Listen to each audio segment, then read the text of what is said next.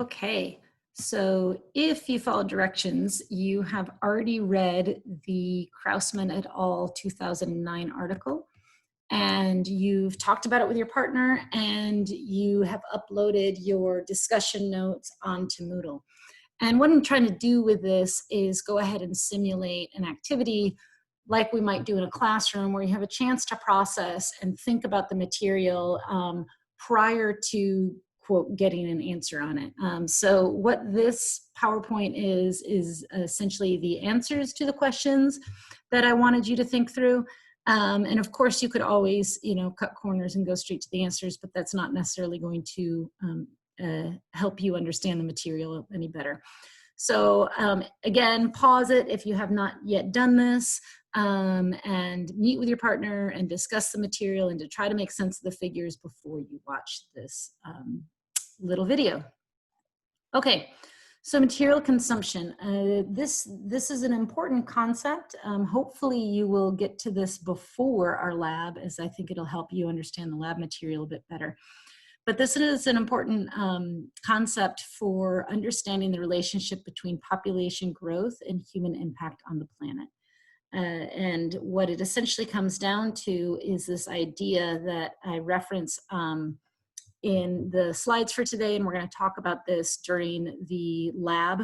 Again, you may have already watched this before or after the lab, but this goes with the ecological footprint lab, the material. Which is this idea that the impact of humans on the planet is a function of, or it's caused by, the population, but also the affluence of that population. And in part, that's because wealthier populations tend to consume a lot of resources. And then there's an additional piece, which is the T in the IPAT equation. So it's IPAT, and that's impact equals population times affluence times technology. And the idea there is that technology has an inverse relationship with human impact, and that's because technological advancements can potentially decrease the human footprint. And some of that's going to come out, well, all of that's really going to come out in this article. Okay, so the first question said, describe what you see in each of these figures and what is the overall idea communicated by them. Could you describe it in one sentence? If I had to come up with one sentence, I suppose I would say that human material consumption has vastly increased over the last, I keep wanting to say 50, but that's not 50, maybe 70 years. And that most of that is due to finding new materials that have been incorporated into our consumption patterns. So how is that what we're seeing? If you look here again, and we're going to spend a bit of time practicing in these early lectures reading the figures, because I don't expect that you necessarily have a lot of fluency in how to read these figures. Some of you might, but some of you might not, and that's okay. So I'm going to often refer to the X and Y axis. I know you've all probably heard those terms before, but as a reminder, this is your Y axis and this is your X axis. And every now and then we're going to have something also plotted on this Y axis. Okay, so in this first one, we're looking at gigatons, giga being, let's see, kilo, mega, giga, million tons. And on this axis, we have the year. And so what we're seeing here is that over the years, right, we've increased total consumption of these resources. So they're stacked on each other, on top of each other rather. And so here at this, this little wedge, we're looking at biomass. And so biomass consumption has gone from, let's say 10, no, that's not quite 10, 5 gigatons, all the way up to about 20 today. And then the others, it's a little bit more difficult to figure out what they are because they're stacked on top, right? So you'd have to subtract, this gets to maybe 25 from 20, so maybe that's 5 gigatons, but maybe it could be 10. It's a little bit hard to read. So this first one's useful for understanding total impact, that overall our consumption of these materials is approximately 60 gigatons of all of these biomass, fossil energy carriers, ores, and industry and construction minerals. Okay, this figure B over here, what it's allowing us to do is it's essentially pulling all of them apart. So we can look at each one separately. So again, I mentioned in that last slide that we went from about, I'm sorry, the last in figure 1A, that if you looked at biomass, we went from about 5 gigatons to about 20. And note that's mapped, it's graphed out again here, and it looks about the same.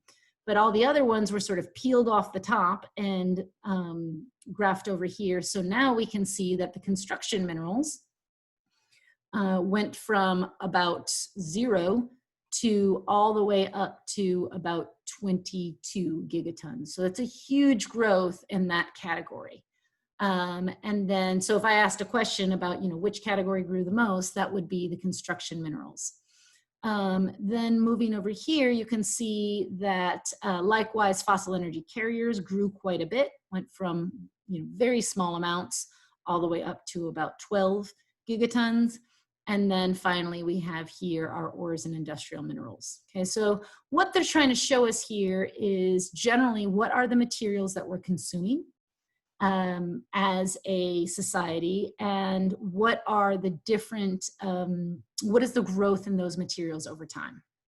Okay, so over here, you see that the y-axis has changed. Now it's moved to materials used in tons per capita per year. So how many tons on average is a person using in a year of each of these materials, right? And what we're seeing is that, biomass has stayed relatively stagnant, but that construction minerals and fossil energy carriers have increased, right? So people are generally using more per person per year in 2005 than they did in 1900. And again, all of this should make sense to you just thinking about our technological advancements and how materials and energy intensive those different advancements are for us to be able to use. And then finally, this last graph over here, so this would be figure D or figure 1D, and I'm gonna go ahead and pull out my little laser pointer. So this last one over here is showing us just a breakdown of percentage by year. So if you look at 1900, most people were using biomass, or rather, of the total materials that were being consumed by society, the vast majority of it was biomass, right? This is food and wood and all of those kind of material energy. And a smaller percentage was fossil energy carriers, and then the smallest percentages here being ores and construction materials. And as you move into 2005, we now see that percentage-wise, it doesn't again mean we're consuming less biomass, because you can see that it's about stagnant, but rather that of our overall material consumption, so this is kind of like a pie chart, if you will, a smaller percentage of that is biomass than it was back in 1900. Okay, so again, the take-home point being that we've increased our amount of, we've increased and diversified the amount of materials that we're using, both per person and across society over the last, this maps out 105 years.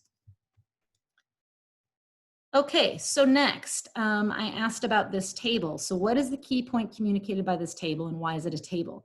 And again, I just want to remind you why I've structured this PowerPoint this way, because one of the first things that you did was learning how to read a scientific article. And I mentioned in the PowerPoint and in the reading itself that it's important to focus on figures and tables, and the text is really kind of helping you understand those figures and tables. So after you've read the whole thing, typically if there's something in a table that I don't remember or that isn't making sense to me, I have to go back to the text and try to make sense of it. Okay, so what this is showing us is what is the breakdown of these different types of global material extraction per time period, okay?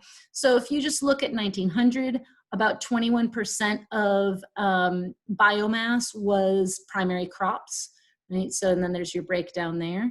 And then in fossil energy carriers, this one's particularly interesting. You can see that 97% of that was coal. Again, thinking back in 1900 with a steam engine and coal and the growth of the coal industry in the United States at that time. And so on and so forth. So that's how one would read this table, right? With these percentages of a total amount of materials that were being consumed per year. So something that you can see fast forwarding, you know, if you want to fast forward to 2005 over here, if we look at biomass, total amount consumed has increased because there's more people on the planet, right? But overall, the distribution's pretty similar.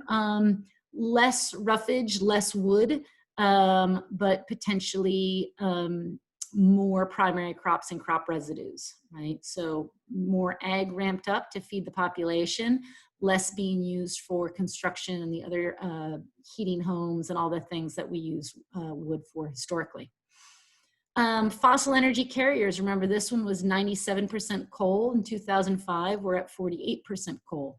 So a massive reduction in coal as we found better sources of energy. And if you fast forward to today, this would even be probably a much greater reduction in coal consumption, just because we have better sources of energy out there that are less expensive, that are cleaner.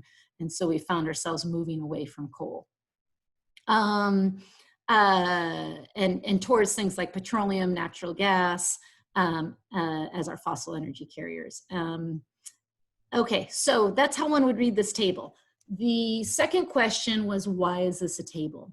And I will remind you of what I talked about in the PowerPoint for the topic of planetary boundaries when we walked through reading these tables, is that this is a table because sometimes it's important to see the raw data. If you remember back on that last slide with the figures, it's actually hard to pull out exact numbers from figures. And sometimes we want to see the actual numbers and the actual data. And so that's why we would tend to use a table instead of a figure. I always think of it that we use tables when the actual numbers matter and the precision of those numbers matter. Some disciplines use tables a lot less than others. I get into discussions with a colleague of mine in ecology that sometimes I prefer to show statistical results as a table, because I think the number values are really important and being able to read through those, and he prefers to show them as a figure. So sometimes there's a bit of leeway of how we show things. And sometimes there's some repetition. So this table here has a bit of repetition with the next table that or with the next figures that we're gonna see. So what are we seeing in this table?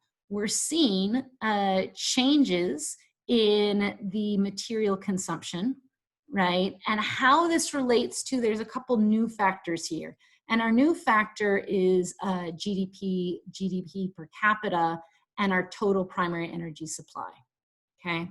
And so what we're seeing is annual growth rates of major materials, population, and GDP, right? So as you go from 1900 to 1945, there was annually about a 92% growth rate in use of biomass. And what this is helpful for is noticing trends like this.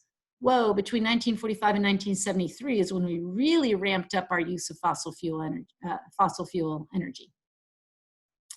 And looking for trends like that throughout the table, right? You can actually see that these years were quite pivotal, 1945 to 1973, in this consumption. You'll also see that that was when we had some of the bigger population growth, right? These are a lot of the baby boomer years happening in there. And importantly, we had a huge growth in GDP at that time, okay? And this is starting to show some of these trends that is going to be a big take-home point of this class, which is that our economic well-being and economic growth has been tightly tied to material and energy consumption throughout the last 100 years. And so many of us looking towards more sustainable solutions talk a lot about this idea of decoupling. And what decoupling means is, could you decouple or separate economic growth from material consumption, okay?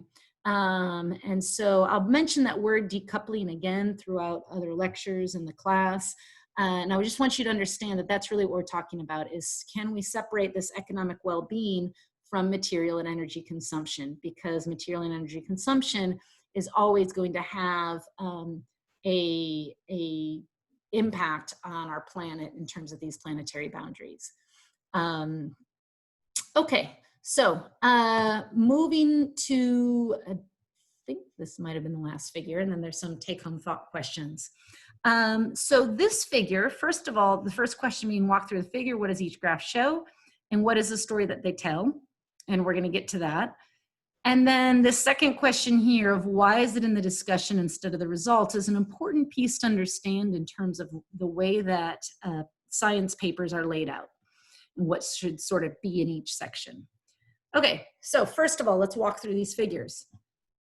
This is one of those ones with, this is just one index, axis, sorry. This is one y-axis, and it's a little bit confusing with this label stuck up against this side, but if you look carefully, there are no unit labels along this axis, so that's how you know that, okay, this guy applies over here where there are unit labels, and this label goes with these units here, okay? So this is just one y-axis, and it's an index. And that's a little bit complicated. Whenever you see something like an index, what you kind of need to know is that somewhere in the methods, they probably talked quite extensively about how they came up with this index of measurement, so that they could compare these things that are otherwise not comparable on the same scale, okay? So for the purposes of understanding this figure right now, we're not going to worry about that index. What we want to look at are the trends. We're going to trust that Dr. Allen gave us a pretty good paper from a really reputable journal and that these authors did their job, or it wouldn't have gotten published, right? And so knowing a little bit about the peer review process and how arduous it is, particularly for a journal like Ecological Economics that this came from, I'm quite willing to say that they put these authors through the ringer and made sure that they were able to defend how they come up with these different aspects of the paper. In future classes, should you guys continue on with science, you do get to a point where you start to critique methods a little bit more, but I try, in introductory level courses, I usually use papers that are quite strong and well-respected authors in the fields. Okay, so here's our index over here, and these are the years, right? So we're going forward, same time scale we've been looking at. And what are we seeing here? Okay, GDP, steadily increasing over time. We're seeing these material consumption steadily increasing over time. Also population increases, GDP per capita, so per person is increasing over time. And so is material consumption per capita. And then this idea of material intensity is actually decreasing. And what that means is that we're becoming slightly more efficient in our material use. So the energy, the efficiency of material and energy use, which is actually a little bit better demonstrated by this graph. So we'll focus on that a little bit more when we get there. Okay, so in B, now we have the two axes. On this one, they have the total primary energy supply. So in gigajoules per capita per year. And so per person, how much energy are we consuming per year, right? And that's on this primary axis. And then over on the secondary axis, they have tons per capita per year of this domestic or this material consumption, right?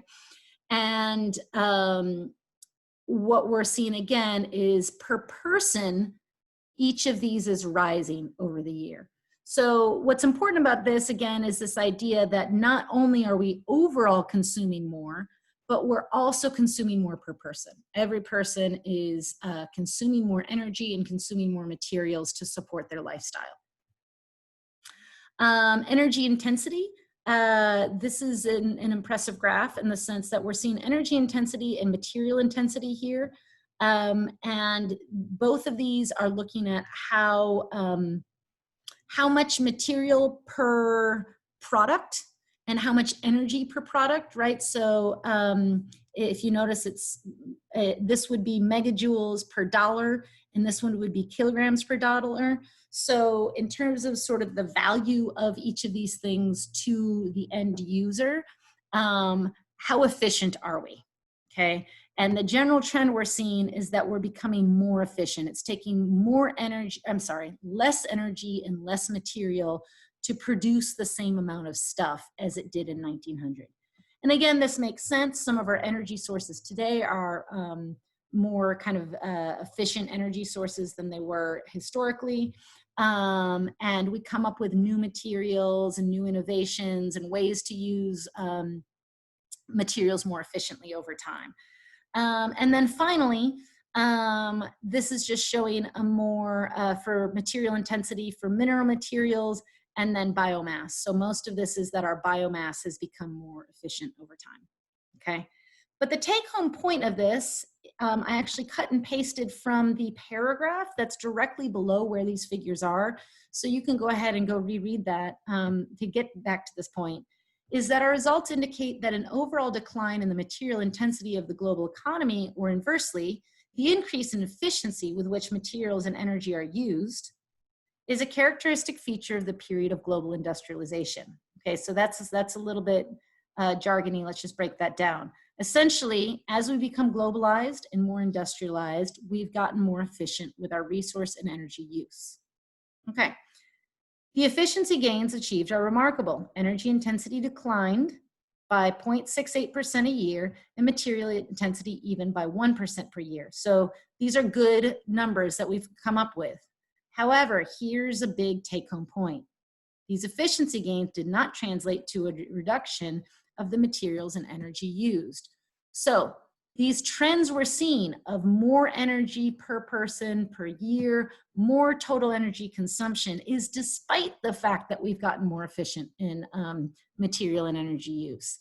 And this is something that we do see a lot in terms of these technologies. Sometimes when we believe that technologies are going to save us from our current environmental crisis, it needs to come with other things. You can't get better technologies and then just consume more, or you're going to end up in the same situation that we've been in, particularly as the population continues to grow and approach 8, 10, 12 billion people on the planet. Second piece here, which is why was the figure in the discussion instead of the results? Because they're not just basing this figure on their own analysis. They are tying their analysis to other data from other sources to make these connections. So if you look here, TPS is derived from these publications, and the population GDP came from these publications. And so what, essentially how this kind of tends to work out is you write your paper from your research and your data. And to make it really a more interesting paper, it's often a good idea to connect what you've done to other studies in the field. So, and when you do that, that now moves into your discussion area. Okay, so that's why this was in the discussion instead of the results, because the results is the place for their data that comes from the research and methods that they did. Okay, so finally, what do the authors conclude about their study? Essentially, that there is a tight relationship between material consumption, energy consumption, and economic growth. That's why, if I'm not mistaken, this article was published in the Journal of Ecological Economics. So it's all about material consumption, but it's in an economic esque journal. And that's because it's saying essentially we have a problem. If we want to continue growing our GDP forever, and we want to continue increasing our economic well-being, at least according to this certain indicator, which is just debatable in its own right, then we need to continue to increase material and energy inputs. Now, there's a problem with that because material and energy inputs have a big ecological footprint. So you can't just consume materials and consume energy and not think there's going to be some sort of fallout on a system. That would be basic physics there, which we'll talk about a little bit later with the first and second law of thermodynamics.